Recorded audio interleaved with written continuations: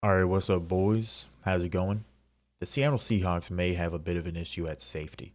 And I'm not talking about talent, I'm talking about the bread. All right, the Seattle Seahawks, maybe they're innovators, maybe they're idiots. But right now, they are doing something that I don't think anybody else in the NFL is doing. And that's paying three safeties, like very good money. Right now, Jamal Adams, Quandre Diggs. We just signed Julian Love, who is a great player. I'm not saying any of those guys aren't great players. We also have Ryan Neal. He's just not making a ton of money, so he doesn't really fit into this conversation. But the Seattle Seahawks are paying three separate corners top 25 contracts, two of which are top five contracts when it comes to how much they're getting paid. Is it sustainable? Does it make sense? What are the Seahawks doing? Are we innovators or idiots? That's the question, right? So if we take a look over here, you can see uh, safety right here. Jamal Adams, Quandre Diggs, Ryan Neal, Julian Love. We are paying our safeties $40 million. And that's before Julian Love's cap hit because we don't know what Julian Love's cap hit. We know it's $12 million over 2 years. Let's just assume the cap hit's like $4 million, right? That's still making it what, 43, $44 million just for safety alone. We are, if I scroll up here, we are the fourth highest paying team when it comes to secondary. And that includes safety and corner. Our corners are making a total of $6 million. Just imagine, because like, imagine how much more we're paying for our safeties than everybody else in the league, right? Like, what is it right here? Jamal Adams, the fourth highest paid safety when it comes to cap hit. Quandre Diggs, the fifth highest. And then let's just assume Julian Love gets something around here. That's like 25, right? That's like 21 to 25 is what I assume he'll get in the range of cap hits. That's insane. Obviously, this is somewhat of an issue. Can the Seattle Seahawks like pay these people? Obviously, we have money enough right now. It's kind of struggling. We're reaching the end of our cap, and we still need linebackers, still need backup running back. We still have a few needs. Obviously, we can get those guys in the draft, but we're paying these guys a lot of money. Do we get rid of Jamal? Do we get rid of Quandre Diggs? Here's what I think we do, right? Uh, I'm using this handy dandy website because I'm not smart enough to determine how contract restructuring and how like the salary cap works for things. But let's go over to Jamal Adams right here. Now, Jamal Adams he has a cap hit of $18 million this year, 23 next year. That's a lot of money, right? Now, some people may believe we should cut Jamal Adams, but I think we move Jamal Adams to more of a linebacker role. We have three incredible safeties: Ryan Neal, Julian Love, Quandre Diggs, all great in coverage, great tacklers. I mean, they are very, very good safeties.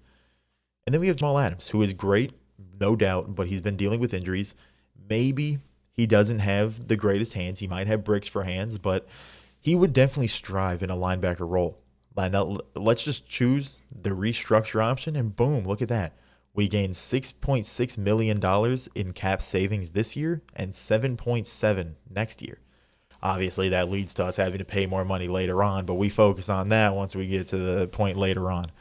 Now, Quandre Diggs, we could do the same thing. $18 million is a huge cap hit. Let's just click the restructure button. We save $6 million for this year.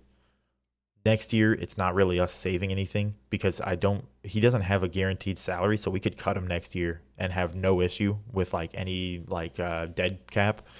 But we could restructure, get $6 million this year, help us sign a couple more guys. Jamal Adams, we could save 6.6 this year, 7.7 next year. And then another way that I have thought of to make some extra cap savings would be Uchenna Wosu.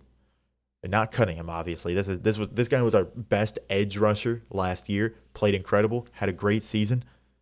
We signed him to an extension. We saved 5.3 mil this year, and obviously we have to pay him in the future because we'd get him on an extension. But we're saving 5.3 mil, be able to spend that to get a couple more guys now. He'd be on a longer term deal. He's going into this year being 27. We could sign him 2 extra years, get him till he's 29. I would not be opposed to that whatsoever. I mean, the thing is, I think this entire situation is going to be overblown. I think people are going to look at this and be like, oh wow, the Seahawks, they got to cut Jamal Adams. They got to cut Quandre Diggs. This isn't, wow, so many issues. But there are ways out of it. There are ways to fix this situation because just right here, what? Quandre Diggs, Jamal Adams, Uchenna Wosu, just by doing those three moves, we save $18 million. You know where $18 million puts us? After Julian Love, and I don't think we're at 11 million right now because this website has not included a couple guys. $18 million would give us more than enough to get all of our rookies and sign them to their deals. That's obviously going to be on the cap hit. It's going to give us more than enough to get a backup running back. Get Bobby Wagner if we want to get Bobby Wagner. Maybe get a couple more positions that aren't super big needs, but we could get some depth at positions that, maybe we're going to try and draft in the draft, but we don't know for sure if we're going to get the players we want. It'll give us a lot more freedom and flexibility. But I mean, right now I'm seeing on Twitter like, oh wow, look at this, the Seahawks should cut Jamal Adams. And obviously Jamal Adams has dealt with his fair share of injuries, and that's definitely an issue. Can he stay on the field? I hope so. I think Jamal Adams would be great in a linebacker role with, Quandre Diggs, Julian Love, and Ryan Neal all behind him. Incredible. Like that would be insane. Like I just could not imagine how great our coverage would be, with those guys and like that kind of setup. But the Seahawks need to figure something out with this. I don't think we can just kind of go through without making any changes. So changes have to be made. I just don't think they have to be as drastic as like cutting Jamal Adams or cutting Quandre Diggs. And we got guys like Will Dissly, who I believe is either out of his contract next year or is easily going to be able to be like cut to save money, stuff like that. We'll have more options next year. I think 2024 is going to be a big year for us figuring out our money situation. But right now, the whole spiel and the whole issue of safety and paying our safeties, I don't think is that big of an issue. But let me know down below what you think. I think we're chilling. I mean, who knows? It's money. The NFL salary cap, just money comes, money goes, it vanishes. Who knows how all that stuff works? But yeah, thanks for watching. Have a great day.